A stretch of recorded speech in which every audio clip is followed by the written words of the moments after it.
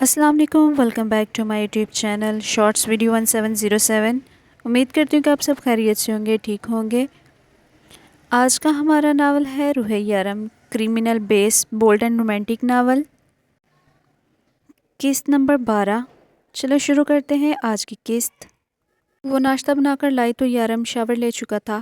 اس نے ناشتہ ٹیبل پر لگایا جبکہ یارم شیشے کے سامنے کھڑا اسے دیکھ رہا تھا۔ روح کا سارا دھیان ناشتے لگانے پر ہی تھا۔ کل سے آج وہ اسے اپنے دل کے زیادہ قریب لگ رہی تھی۔ اتنی صبح ناشتہ کون کرتا ہے، وہ اس سے پوچھنے لگا، جبکہ وہ خود بھی جانتا تھا کہ وہ اسے چھپنے کی کوشش کر رہی ہے۔ میں نے سوچا آپ کو بھوک لگی ہوگی۔ اس کے منہ میں جو کچھ آیا کہنے لگی، ہاں یار بھوک تو بہت لگی ہے، لیکن کھانے کے لیے نہیں، پیار کرنے کے لیے۔ کھینچ کر اسے اپنے قریب کرتے اس کے بالوں میں منہ چھپاتے ہوئے بولا، روح کی تو جیسے جان پر بنائی تھی اسے رات والے روپ میں واپس آتے دیکھ کر، لیکن مجھے کھانے کے لیے بھوک لگی ہے، اس نے اپنا آپ چھڑاتے ہوئے بولا۔ تو مجھے کھا جاؤ، تم مجھے کھا لو، میں تمہیں کھا لیتا ہوں، دونوں کی بھوک ختم ہو جائے گی۔ اس نے ایک بار پھر سے اسے اپنے قریب کرتے ہوئے اس کو گرفت میں لیا اور بازو کا گھیرا تنگ کیا۔ مجھے یہ ڈش پسند نہیں، میں نہیں کھاتی۔ اس نے پھر اپنا آپ چھڑانا چاہا۔ ٹرائی تو کرو، بہت ٹیسٹی ہے۔ اگر چاہو تو یہ ڈش تمہیں روز مل سکتی ہے، اور اگر نہ بھی چاہو تو بھی یہ ڈش تمہیں روز ملے گی، کیونکہ یہ ڈش میری فیوریٹ ہے۔ اور اس کے نرم و نازک گلابی لبوں کو انگوٹھے سے سہلاتے ہوئے بولا، لگتا ہے آپ نے ناشتہ نہیں کرنا۔ وہ اپنی شرم و حیا چھپانے کی ناکام کوشش کرنے لگی۔ میں نے تو کر لیا ناشتہ، اور یقین کرو اس سے زیادہ مزیدار آج تک نہیں کیا، وہ ذومعنی انداز میں بولا۔ اور جو میں نے اتنی محنت سے بنایا ہے، وہ اس سے نظریں چراتے ہوئے بولی، جبکہ ہاتھ کبھی دوپٹہ گھما رہا تھا تو کبھی ناخن منہ میں جا رہے تھے۔ وہ اس کی حالت سے محسوس ہو رہا تھا۔ اچھا یار کرتے ہیں ناشتہ، آؤ بیٹھو۔ اس نے اس کا ہاتھ پکڑ کر بٹھایا اور خود سامنے بیٹھ گیا۔ ویسے تم نے میرے ایک سوال کا جواب نہیں دیا، ناشتہ کرتے ہوئے اس نے پھر سے اسے مخاطب کیا۔ کون سی بات کا جواب؟ وہ نہ سمجھی سے پوچھنے لگی۔ ارے وہی کہ کل تک تو تمہاری زبان کینچی کی طرح چل رہی تھی، ایک رات میں ایسا کیا ہو گیا کہ یہ بند ہو گئی؟ وہ شرارت سے پوچھ رہا تھا، جبکہ ناشتہ کرتے ہوئے اس کے ہاتھ کانپے۔ اچھا سوری، سکون سے ناشتہ کرو، میں کچھ نہیں کہتا۔ وہ ہنستے ہوئے بولا، آپ بالکل بھی اچھے نہیں ہیں، مجھے نہیں کرنا آپ کے ساتھ ناشتہ۔ وہ اٹھ کر باہر جانے لگی۔ جب یارم نے اس کا ہاتھ تھام لیا، کل رات تم نے مجھ سے وعدہ کیا تھا کہ مجھے کبھی چھوڑ کر نہیں جاؤ گی، تو اب کیوں جا رہی ہو؟ وہ بالکل سیریس لگ رہا تھا۔ باہر جا رہی ہوں، کوئی پاکستان واپس نہیں جا رہی، روح نے بتانا ضروری سمجھا۔ پاکستان واپس تو اب تم کبھی جا بھی نہیں سکتی، لیکن مجھے چھوڑ کر یہاں سے باہر بھی نہیں جا سکتی۔ تمہیں مجھ سے دور جانے کی یہاں باہر بھی اجازت نہیں ہے، آرام سے بیٹھو اور ناشتہ کرو۔ وہ بالکل سیریس ہو کر بول رہا تھا۔ روح کو اس کے انداز سے 1 مہینہ پہلے والے وہ تھپڑ یاد آئے، تو پھر سے ایک بار اس کے قریب ہی بیٹھ گئی۔ اچھا نا میری جان، اب میں مذاق نہیں کرتا، لو کرو ناشتہ۔ وہ اسے اپنے ہاتھ سے کھلانے لگا۔ ناشتہ کرنے کے بعد وہ برتن اٹھا کر کچن میں گئی تو واپس ہی نہ آئی، تو وہ خود ہی سے ڈھونڈتا ہوا کچن میں آ پہنچا۔ یہ جو مجھ سے چھپنے کی کوشش کر رہی ہو، یہ بالکل بیکار ہے۔ تم چاہ کر بھی مجھ سے چھپ نہیں سکتی، چاہے دنیا کے کسی بھی کونے میں چلی جاؤ۔ تمہارا یارم تمہیں ہر جگہ سے ڈھونڈ نکالے گا۔ میں کیوں چھپنے لگی آپ سے بھلا؟ میں تو کام کر رہی تھی۔ وہ مسکرائی تھی، لیکن سچ تو یہ تھا کہ کل رات کے بعد وہ اس کی بے باک نظروں سے چھپ جانا چاہتی تھی۔ اس کی نظریں اسے نظر چکانے پر مجبور کر دیتی۔ اچھا آج سے پہلے تو اتنا کام نہیں تھا یہاں پر، تم 2 گھنٹے سے یہاں گھسیاہٹ کر کے رہی ہو؟ وہ جانتی نظروں سے اسے دیکھتے ہوئے پوچھنے لگا۔ میں صفائی کر رہی ہوں، اس نے پورے کچن کی طرف اشارہ کرتے ہوئے کہا۔ آپ یہاں کیا کر رہے ہیں؟ جائیں جا کر تیار ہوں، آپ نے اپنے کام پر نہیں جانا؟ اس نے نظریں چراتے ہوئے کہا۔ نہیں، شادی کی پہلی صبح کون پاگل کام پہ جاتا ہے؟ میں تو اپنی بیوی کے ساتھ ٹائم سپینڈ کروں گا، اس نے اپنا فیصلہ سناتے ہوئے کہا۔ نہیں، آپ کو جانا چاہیے، بہت سارے کام ہیں، آپ کو نقصان ہو جائے گا، میں تو یہی ہوں۔ وہ جلدی بولی تھی، کیونکہ اس سے پہلے یارم ایک دن بھی اس کے پاس گھر پہ نہ رکا تھا، اور اس نے جب پوچھا کیا وہ بیزی ہے اپنے کام میں، تو کہنے لگا کہ اس کے پاس بہت کام ہے، سانس لینے کے لیے بھی فرصت نہیں۔ ارے باڑ میں جائے کام، میں تو اپنی بیوی کے ساتھ رہوں گا۔ میں اپنی بیوی کے ساتھ چند دن بھی نہ گزار پاؤں تو اتنا کام کرنے کا کیا فائدہ؟ وہ محبت سے اس کے گال چومتے ہوئے بولا، جبکہ وہ اپنے گال پہ ہاتھ رکھ کے اسے دیکھنے لگی۔ تو تمہارے گال پر سرخی تھوڑی کم ہو گئی تھی، میں نے سوچا لگا دوں، وہ مکمل شرارتی انداز میں بولا۔ چند دن؟ وہ اس کی حرکت کو اگنور کرتے ہوئے پوچھنے لگی۔ ہاں یار، ہنی مون پہ جانا ہے تمہیں گھمانے پھرانے، میں تمہیں اپنی فیورٹ جگہ لے جاؤں گا جہاں میں اکثر جاتا ہوں، بہت پرسکون جگہ ہے، تمہیں بہت اچھا لگے گا۔ وہ آپ سارا وقت میرے ساتھ ہوں گے؟ وہ کچھ سوچتے ہوئے پوچھنے لگی۔ ہاں بیبی، ہنی مون پہ میاں بیوی دونوں ہر وقت ساتھ رہتے ہیں، اور تمہیں تو ویسے بھی اب میں خود سے الگ نہیں ہونے دوں گا۔ روح اپنے دھیان میں یہ نوٹ ہی نہیں کر پائی کہ وہ کب اس کے بالکل قریب آ کر کھڑا ہوا اور اس کے گرد بازو حائل کرتے ہوئے اسے اپنے مزید قریب کیا۔ جانتی ہو روح، میں نے کبھی اپنے لیے تمہاری جیسی لڑکی کے بارے میں نہیں سوچا تھا۔ میں نے تو کبھی بھی شادی نہ کرنے کا فیصلہ کیا تھا، اور اگر کرتا بھی تو اپنے جیسی کسی لڑکی سے۔ لیکن دیکھو نا، مجھے ملا بھی تو کون؟ تم، معصوم سی پیاری سی گڑیا جیسی۔ میں نے اپنی زندگی میں کوئی نیکی نہیں کی، پھر بھی اللہ نے تم جیسی پری میرے نصیب میں کیسے لکھ دی؟ میں دنیا کا سب سے خوش قسمت انسان ہوں، تم مجھے کبھی چھوڑ کر تو نہیں جاؤ گی؟ وہ اس کے کندھے پر جھکا سر رکھے آنکھیں بند کیے بول رہا تھا۔ اگر میں جانا چاہوں تو بھی کیا آپ مجھے جانے دیں گے؟ روح شرارت سے بولی، جبکہ کل سے اب تک وہ 1000 بار اسے کہہ چکا تھا کہ وہ اسے کبھی خود سے الگ نہیں ہونے دے گا۔ نہیں، بالکل نہیں، کبھی نہیں، تم میری، اور میں اپنی کوئی بھی چیز خود سے دور نہیں جانے دیتا۔ جو میرا ہے وہ صرف میرا ہے، تم خود بھی چاہو تو مجھ سے دور نہیں جا پاؤ گی۔ یارم، آج آپ بہت خوش ہیں نا؟ ہاں بہت۔ جواب مختصر تھا مگر جسارتیں بڑھتی جا رہی تھی۔ آپ کی اسی خوشی میں آپ سے کچھ مانگوں تو آپ دیں گے نا؟ تم جان بھی مانگ لو، وہ اس کا ماتھا چومتے ہوئے بولا۔ وہ تو ہے ہی میری، اسے مانگنے کی کیا ضرورت ہے، وہ اترائی تھی۔ تو پھر کیا چاہیے؟ یارم نے اس کا دوپٹہ کھینچتے ہوئے کہا۔ پلیز مجھے گھر فون کرنے دے، وہ منت بھرے لہجے میں بولی۔ مگر وہ اس کی سن کہاں رہا تھا، وہ تو اس کی گردن میں منہ چھپائے اسے محسوس کرنے میں مصروف تھا، یا شاید سن کر اگنور کر گیا تھا۔ I love you so much۔ اس کا چہرہ اپنے ہاتھوں میں لیے وہ ایک بار پھر سے اس کے لبوں پہ جھکا۔ یارم میری بات سنیں، وہ اس کی خوشبو کو اپنے اندر اتارتا مدہوش ہونے لگا۔ فی الحال تم سنو۔ یہ دھڑکن کیا کہہ رہی ہے؟ اس کا سر اپنے سینے پر رکھتا ہوا بولا۔ یہ دل تم سے کچھ کہنا چاہتا ہے، کچھ سننا چاہتا ہے، یہ صرف تمہارے لیے دھڑکتا ہے، اسے جواب دو، اس کی بات سنو۔ اسے اپنے بے حد قریب کیے وہ اس کی سانسیں اتل پتل کر چکا تھا۔ اسے اپنی باہوں میں اٹھائے اپنے کمرے میں لے آیا اور اسے بیڈ پر لٹا کر اس پر جھکا۔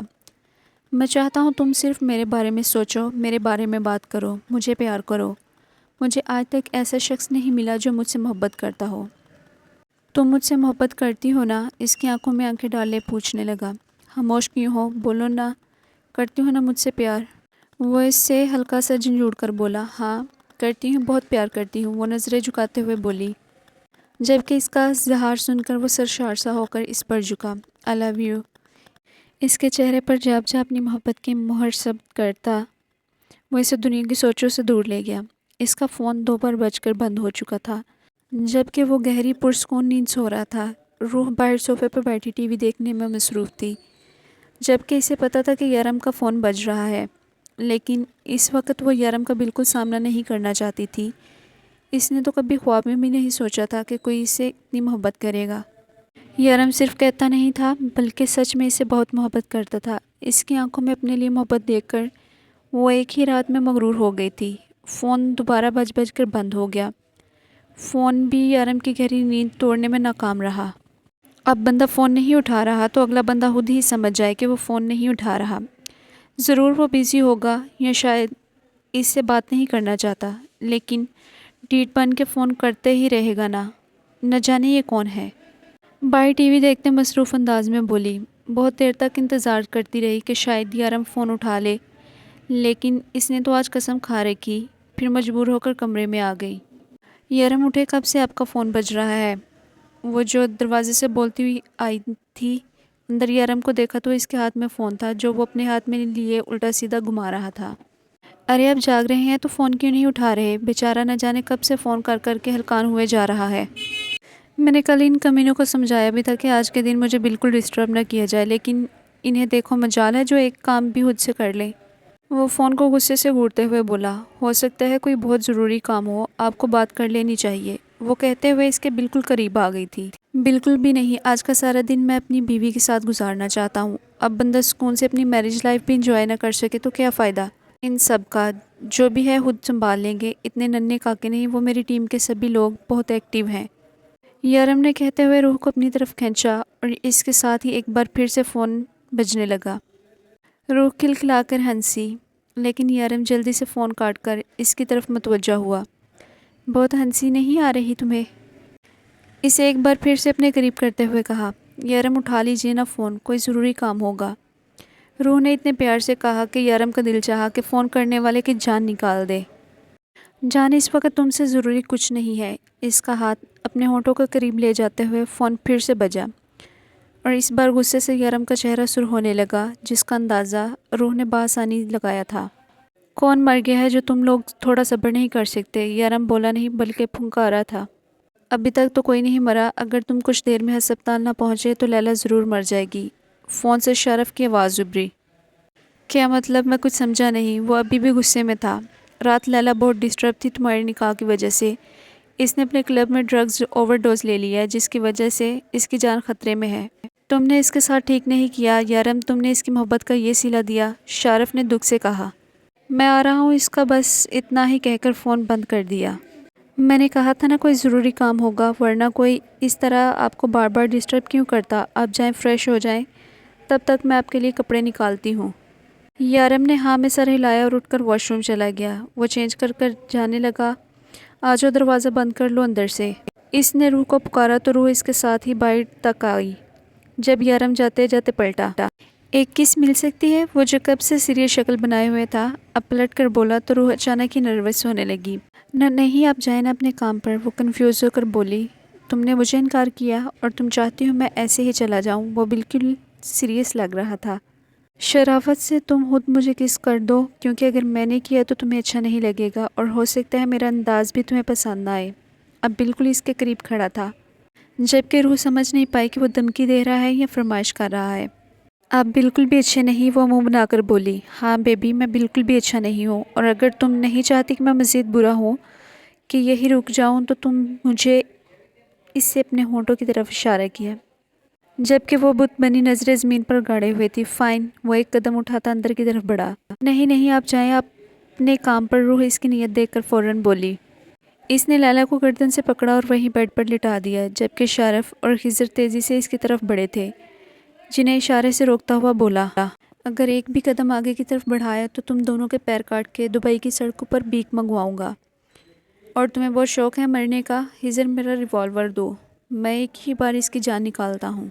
کہا تھا تمہیں کہ یہ سارے ڈرامے کرنے کی کوئی ضرورت نہیں ہے۔ وہ سختی سے اس کی گردن پر ہاتھ جمائے ہوئے پھنکار رہا تھا۔ ڈیول، وہ مر جائے گی، شارف چلایا تھا۔ میرا سانس بند ہو رہا ہے، پلیز۔ لیلا نے کچھ بولنے کی کوشش کی۔ ہاں تم تو مرنا چاہتی ہو نا، میں تمہاری موت آسان کر رہا ہوں، پلیز چھوڑو مجھے۔ لیلا نے کچھ بولنے کی کوشش کی، لیکن گردن پر دباؤ ہونے کی وجہ سے نہیں بول پائی۔ بیکار میں ڈرگز لینے کی کیا ضرورت تھی؟ لیلا، میرے پاس آ جاتی، میں خود تمہیں گولی مار دیتا۔ اس نے ایک جھٹکے سے لیلا کو چھوڑا تو وہ دور جا کر بیڈ سے زمین پر گری۔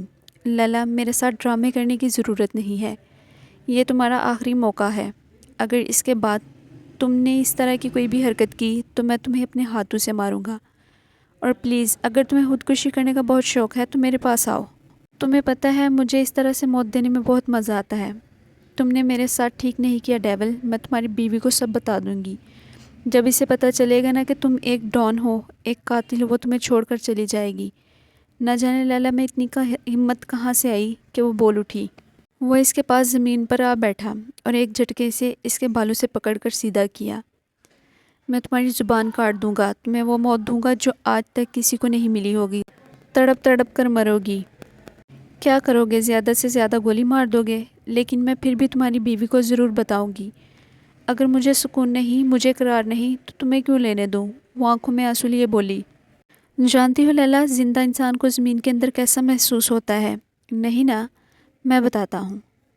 فرض کرو میں تمہیں ایک تابوت میں بند کر کے جنگل میں زمین کے اندر دفنا رہا ہوں، وہاں تمہیں سانس نہیں آئے گی، آہستہ آہستہ تمہاری سانسیں رکنے لگیں گی، تم تابوت کے اندر ہو اور میں تم پر مٹی پھینک رہا ہوں۔ تم اندر سے چلا رہی ہو، پلیز مجھے بچاؤ، کھولو، مجھے نکالو مجھے یہاں سے۔ میری سانس رک رہی ہے۔ تمہیں زمین کے اندر دفن کر کے میں جا چکا ہوں۔ وہ بالکل اس کے قریب بیٹھا بتا رہا تھا۔ وہ بہت غور سے سن رہی تھی کیونکہ اسے پتہ تھا کہ اس کے ساتھ بھی کچھ ایسا ہی ہوگا۔ وہاں جنگلی کتے کسی کے جسم کی خوشبو سونگھ کر تمہاری قبر کے اوپر گھومنے لگیں گے۔ اتنے میں وہاں کے شیر بھی انسانی جسم کی خوشبو پہچان کر پہنچیں گے۔ وہ کتوں کو مارنے لگیں گے۔ اگر تمہیں کتے کھائیں گے تو شیر اپنی بھوک کیسے مٹائیں گے؟ ڈیول، یہ تم کیا کہہ رہے ہو؟ پلیز چپ ہو جاؤ۔ قبر کے اندر آتی خوفناک آوازیں تمہیں مزید خوفزدہ کر دیں گی۔ لیلا نے اپنے دونوں ہاتھ کانوں پر رکھنے چاہے لیکن اس سے پہلے ہی یارم نے اس کے ہاتھ تھام لیے۔ وہ انسانی جسم کی خوشبو پہچان کر گھرانے لگیں گے۔ پورا جنگل جنگلی خوفناک جانوروں کی آوازوں سے گونجنے لگے گا۔ قبر کے اندر تمہاری سانسیں رک رہی ہوں گی۔ تم خود بھی اپنی سانسوں کی آواز نہیں سننا چاہو گی۔ کہیں وہ جنگلی جانور تمہاری آواز سن کر تمہیں زمین سے نکال کر چیر پھاڑ نہ دے۔ پھر زمین کے اندر کے مخلوق، کیڑے مکوڑے، سانپ، بچھو تمہارے جسم پر رینگتے۔ پلیز بس کر دو ڈیول، لیلا نے روتے ہوئے کہا۔ تمہیں خود بھی سمجھ نہیں آئے گا کہ تابوت کے اندر وہ کہاں سے تمہارے جسم پر پہنچے۔ بس پلیز مجھے کچھ مت بتاؤ، میں کچھ بھی کسی کو کچھ نہیں کہوں گی۔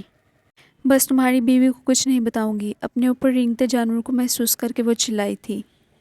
اگلے ہی لمحے یارم نے اس کا منہ اپنے ہاتھ میں دبوچا۔ اگر تم نے روح کو مجھ سے دور کرنے کے بارے میں سوچا بھی تو میں تمہاری موت کو اس طرح سے سوچوں گا کہ تمہارے ان سپورٹرز کی آنے والی 1000 نسلیں کانپ اٹھے گی۔ اس نے سامنے کھڑے ہزر اور شارف کی طرف اشارہ کیا۔ مجھے بلیک میل کرنا اتنا بھی آسان نہیں ہے لیلا۔ اس نے ایک جھٹکے سے لیلا کو پیچھے کی طرف چھوڑا۔ اس سینے میں دل صرف روح کے لیے دھڑکتا ہے، باقی دنیا کے لیے میں وہی ڈیول ہوں جس کے ہاتھ آج تک نہیں کانپے۔ جبکہ باہر بینچ پر بیٹھی معصومہ بری طرح سے کانپ رہی تھی۔ ڈیول، میں اس سب میں شامل نہیں ہوں۔ مجھے نہیں پتا لیلا نے یہ سارا ڈرامہ کیوں کیا۔ مجھے تو بس اسے کے ہسپتال آنے کے بارے میں پتا چلا تو میں یہاں آیا۔ میں ان سب کا ساتھ نہیں دے رہا تھا، مجھے اس بارے میں کچھ نہیں پتا۔ وہ ہسپتال کے کمرے سے باہر نکلا تو ہزر بھی اس کے پیچھے آیا کیونکہ وہ اپنی موت ویسی نہیں چاہتا تھا جیسے اس نے لیلا کو اس کی موت بتائی تھی۔ کیا آپ لیلا کو واقعی ویسے مارنے والے ہو؟ معصومہ نے پوچھا۔ وہ اس سے زیادہ بات نہیں کرتی تھی، اس سے دور دور ہی رہتی تھی، لیکن آج جو کچھ بھی ہوا اس کے بعد تو اسے مزید ڈر لگنے لگا تھا۔ لیکن ہزر نے ہسپتال کے کمرے سے باہر نکل کر اسے ساتھ آنے کا اشارہ کیا تو وہ ساتھ ساتھ چلتی پوچھنے لگی، تمہارے بابا کو بھی ایسے ہی مارا گیا تھا، انہیں بھی زندہ زمین میں دفن کر دیا گیا تھا۔ میں نہیں جانتا زندہ انسان زمین کے اندر کیسا محسوس کرتا ہے، لمحہ لمحہ سانس رکتے ہوئے کیسا محسوس ہوتا ہے۔ اس دن مجھے گولی لگی تھی اور ہم جنگل کے بیچوں بیچ ایک چھوٹی سی جھونپڑی میں تھے جب باہر سے جانوروں کی ایسی ہی خطرناک آوازیں آ رہی تھی۔ ان لوگوں نے پہلے تمہارے بابا کو زمین کے اندر دفن کر کے انہیں مارا اور پھر بعد میں جنگلی جانوروں نے ان کی لاش کو زمین کے اندر سے نکال کر۔ صدیق اس کے لیے عزیز تھا، وہ آگے کچھ نہیں بول پایا۔ مجھے یقین ہے کہ تم بہت مضبوط ہو لڑکی، اور اس کے سر پر ہاتھ رکھتا باہر نکل گیا، جبکہ اپنی باپ کی بے بس موت پر وہ آنسو بہاتی وہی بینچ پر بیٹھ گئی۔ ڈیول، میں تمہیں ڈسٹرب نہیں کرنا چاہتا تھا آج، لیکن پھر اگر تم یہاں آ ہی گئے ہو تو پلیز وسیم اور راشد کا بھی حل نکال دو۔ وہ لوگ اس ویڈیو کو ڈیلیٹ کرنے پر راضی نہیں ہیں۔ انہوں نے تو یہ بھی کہہ دیا کہ وہ کسی ڈیول سے نہیں ڈرتے، تو چلو پھر انہیں ڈراتے ہیں۔ میں روح کے ساتھ ایک پرسکون وقت گزارنا چاہتا ہوں، اس لیے جلدی سے جلدی سارے کام ختم کر دینا چاہتا ہوں۔ تمہیں میرا ایک کام کرنا ہے، میں روح کو اپنے ساتھ کہیں باہر لے کے جانا چاہتا ہوں۔ 2 ٹکٹس کا انتظام کر دو، لیکن روح کے اصل نام پہ۔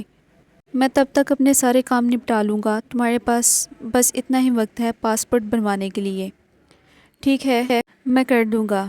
ڈیول، میں تمہارے لیے بہت خوش ہوں، لیکن تمہاری زندگی بہت الگ ہے۔ کیا روح اس زندگی سے کمپرومائز کر پائے گی؟ میرا مطلب ہے تم اس لڑکی کے لیے ضرورت سے زیادہ ہی پوزیسو ہوتے جا رہے ہو۔ مجھے لگا تھا یہ وقتی احساس ہے، لیکن تم نے اس سے شادی کر لی۔ لیکن جب اسے یہ سب کچھ پتہ چلے گا، میرا مطلب ہے کون بتائے گا؟ اسے یارم نے اس کی بات کاٹی۔ ڈیول، یہ چھپی ہوئی بات تو نہیں ہے، بہت لوگ جانتے ہیں۔ اگر لیلا نہیں تو کوئی اور صحیح۔ میں نے کہا نا، جو بھی مجھ سے میری روح کو الگ کرنے کی کوشش کرے گا میں اس کی روح نکال دوں گا۔ تم بے فکر ہو جاؤ، اتنی ہمت کسی میں بھی نہیں ہے۔ مجھے وسیم اور راشد سے ملنا ہے۔ وہ ہزر سے مزید اس موضوع پر بات نہیں کرنا چاہتا تھا۔ وہ ہزر کے ساتھ وسیم اور راشد کے ٹھکانے پر آیا تھا۔ شارف آنا نہیں چاہتا تھا لیکن مجبور تھا۔ شارف کا کہنا تھا کہ لیلا کے ساتھ جو کچھ بھی ہوا ہے وہ غلط ہے، کیونکہ وہ لیلا کو اپنی بابی مان چکا تھا، لیکن اس میں اتنی ہمت نہ تھی کہ وہ ڈیول کے سامنے بھی ایسا کہتا، اس لیے شرافت سے ان کے ساتھ آ گیا۔ دیکھو میں تم دونوں کو پہلے سے بتا رہا ہوں، اگر قتل کرنے کا ارادہ ہے تو میں اندر نہیں آؤں گا، کیونکہ میں ان گناہ گار آنکھوں سے قتل نہیں دیکھ سکتا۔ وہ یہ نہیں کہہ سکتا تھا کہ اسے ڈیول کے مارنے کے انداز سے ڈر لگتا ہے، لیکن ڈیول کی گھوڑی نے اسے اندر آنے پر مجبور کر دیا۔ باہر ان کے آدمی اپنے اپنے کام میں مصروف تھے، وہ سیدھے ان کے آفس میں آئے اور سامنے کی کرسیوں پر بیٹھے۔ اگر تم لوگ پھر سے اس ویڈیو کے لیے آئے ہو تو ہم پہلے ہی بتا چکے ہیں کہ وہ ویڈیو ڈیلیٹ نہیں ہوگا۔ جس طرح سے تم نے واسق ملک کو مارا ہے، اتنا کمزور ہمیں مت سمجھنا، وسیم بیٹھتے ہوئے بولا۔ ارے ہم نے ویڈیو کا ذکر بھی نہیں کیا، بیٹھو ہم آرام سے بات کرتے ہیں، ہیزر نے کہا۔ ویسے اگر تم ہمیں نائٹ سٹی والا ایریا دے دو تو ہو سکتا ہے وہ ویڈیو ڈیلیٹ کرنے کے بارے میں ہم سوچیں۔ اس نے نائٹ سٹی ایریا کا نام لیا جو کہ ڈیول کے قبضے میں تھا۔ مجھے منظور ہے، وہ ویڈیو ڈیلیٹ کرو، ڈیول نے کہا۔ وسیم نے فاتحانہ نظروں سے راشد کی طرف دیکھا۔ پہلے ان پیپرز پر سائن کرو، وہ ساری تیاری کیے بیٹھے تھے۔ ڈیول پیپر اٹھا کر دیکھنے لگا۔ شارف، وسیم، راشد کا آفس دیکھو کتنا اچھا ہے، ہیزر نے شارف کو مخاطب کیا، جبکہ وہ سوچ رہا تھا یہ فضول میں کیوں بول رہا ہے، اس سے کئی گنا زیادہ ہمارا آفس اچھا ہے کیونکہ وہ ساؤنڈ پروف ہے۔ شارف نے جتلانا ضروری سمجھا۔ ان کا آفس شارف نے خود ڈیزائن کروایا تھا اور اس معاملے میں وہ بالکل عورتوں جیسا تھا، وہ اپنی چیز کو نمبر 1 سمجھتا تھا۔ ہمارا آفس بھی ساؤنڈ پروف ہے، راشد نے ایک ہی سٹائل میں کہا۔ تھینک یو، بس اتنا ہی جاننا تھا۔ اس کے ساتھ ہی پھرتی سے ٹانگ گھماتے شارف نے ایک کک سے راشد کو زمین پر گرایا، جبکہ دوسرے کو ہیزر سنبھال چکا تھا۔ ڈیول، یہ دکھ ہے، تم ہمارے ساتھ ایسا نہیں کر سکتے، راشد چلایا تھا۔ چھوڑو ان سب باتوں کو، میں تم سے صرف ایک بار پوچھوں گا، کیا تم لوگ ویڈیو ڈیلیٹ کرنا چاہو گے؟ اور اگر تمہارا جواب اب بھی نہیں ہے تو اس کے بعد میں کچھ نہیں پوچھوں گا، صرف اپنا کام کروں گا، ڈیول ان کے سامنے بیٹھتا ہوا بولا۔ نہیں، وہ ویڈیو ہرگز ڈیلیٹ نہیں ہوگا، وسیم چلایا۔ فائن، اب میں نہیں پوچھوں گا، تم وہ ڈیلیٹ کر بھی دو تو بھی نہیں۔ ڈیول نے اپنی جیب سے ایک بلیڈ کا پیکٹ نکالا جسے دیکھ کر شارف کا منہ بن گیا۔ یار نہیں، وہ ایسڈ ہم کیوں لائے تھے؟ شارف نے کہا۔ کس طرح سے مرنا پسند کرو گے وسیم؟ تمہارے پاس 2 آپشنز ہیں، ڈیول نے اس کے سامنے دونوں چیزوں کی طرف اشارہ کیا۔ ہاں ہاں ہاں، تمہیں کیا لگتا ہے میں ان سے ڈر جاؤں گا؟ مجھے پتا ہے تم مجھے نہیں مارو گے، اگر تم نے مجھے مار دیا تو وہ ویڈیو تو ڈیلیٹ کیسے کراؤ گے؟ وسیم ہنسا تھا۔ اس کی ہنسی نے جلتی پر تیل کا کام کیا۔ ڈیول نے اس کا جبڑا پکڑا اور تیزاب کی شیشی اس کے منہ میں ڈیل دی۔ مجھے سیریس موضوع پہ ہنسنے والے لوگ زہر لگتے ہیں۔ وہ اتنی زور سے دوڑا تھا کہ ساتھ کھڑا راشد کپانے لگا، جبکہ وسیم کے چہرے پر چھالے پھوٹنے لگے۔ اس کی ساری نسیں گل چکی تھی۔ شارف سے مزید برداشت نہ ہوا، اسے اب کائیں آنا شروع ہوئی۔ وہ راشد کو وہی پھینکتا ہوا وہاں سے باہر بھاگا۔ ہاں راشد، تمہارے پاس بھی 2 آپشنز ہیں، تم کس طرح سے مرنا چاہو گے؟ اس نے وہی 2 چیزیں اب اس کے سامنے رکھی۔ راشد نے بے بسی سے ہیزر کی طرف دیکھا جو کہہ رہا تھا کہ تیزاب سے مرو کیونکہ بلیڈ سے بہت زیادہ درد ہوگا۔ اس نے راشد کا جبڑا پکڑا جب اس کا فون بجنے لگا۔ فون پر جگمگاتا نام دے کر اس کے گال پہ ڈمپل نمایاں ہوا، سارا غصہ جاگ کی طرح بیٹھا تھا۔ اس نے اس اشارے سے ہیزر کو راشد کا منہ بند کرنے کو کہا اور خود گہرا سانس لے کر فون اٹینڈ کیا۔ ہاں جان، بہت مس کر رہی ہو مجھے؟ لہجے میں دنیا جہان کی محبت سے منہ کر بولا۔ نہیں مس نہیں کر رہی، بس پوچھ رہی ہوں کیا بناؤں؟ روح شرماتے ہوئے بولی۔ کچھ مت بناؤ، میں بس تھوڑی دیر میں آتا ہوں، ہم ساتھ باہر لنچ کریں گے، تب تک تم تیار ہو جاؤ، اگلے 15 منٹ میں تمہارے پاس ہوں گا، ٹھیک ہے؟ جلدی آئیے گا۔ اوکے جان، میں بس ابھی پہنچا۔ فون بند کر کے جیب میں رکھتے گال پہ ڈمپل غائب ہو چکے تھے۔ احسان مانو میری بیوی کا جس نے تمہیں جینے کے لیے 2 پل اور دے دیے۔ اب بتاؤ کس طرح سے مرنا پسند کرو گے؟ ڈیول، میں وہ ویڈیو ڈیلیٹ کر دوں گا، پلیز مجھے مت مارو، مجھے بخش دو۔ وہ روتے ہوئے اس کے پیروں میں گرا۔ ہیزر، میں اس طرح کے کیسز میں بلیڈ استعمال کرتا ہوں۔ وہ بخشنے کے موڈ میں نہ تھا۔ نہیں ڈیول، مجھے معاف کر دو، میں سب کچھ ڈیلیٹ کرا دوں گا، وہ روتے ہوئے بول رہا تھا۔ تمہیں اس شخص کا واسطہ جسے تم سب سے زیادہ چاہتے ہو، تمہیں تمہارے اپنوں کا واسطہ، خدا کے لیے میرے بچے ہیں، وہ یتیم ہو جائیں گے، مجھے معاف کر دو، سب کچھ ٹھیک کر دوں گا۔ ہیزر، اسے ڈیٹیل لے کر سب کچھ ڈیلیٹ کرا دو، بس اتنا کہہ کے وہ باہر نکل گیا جبکہ ہیزر پریشان ہو چکا تھا، کیونکہ ایسا پہلی بار ہوا تھا کہ کوئی موت کے منہ سے بچ گیا ہو۔ ڈیول کی عدالت میں یہ لوگ اکثر موت کے گھاٹ اترتے تھے امید کرتی ہوں کہ آج کی ایپیسوڈ بھی آپ لوگوں کو پسند آئی ہے۔ اگر پسند آئی تو میرے چینل کو سبسکرائب کریں، ویڈیو کو لائک کریں، شیئر کریں اور بیل آئیکن کا بٹن پریس کریں تاکہ نئے آنے والی ویڈیو کو نوٹیفیکیشن مل سکے۔ ملتے ہیں نیکسٹ ایپیسوڈ میں، تب تک کے لیے اللہ حافظ۔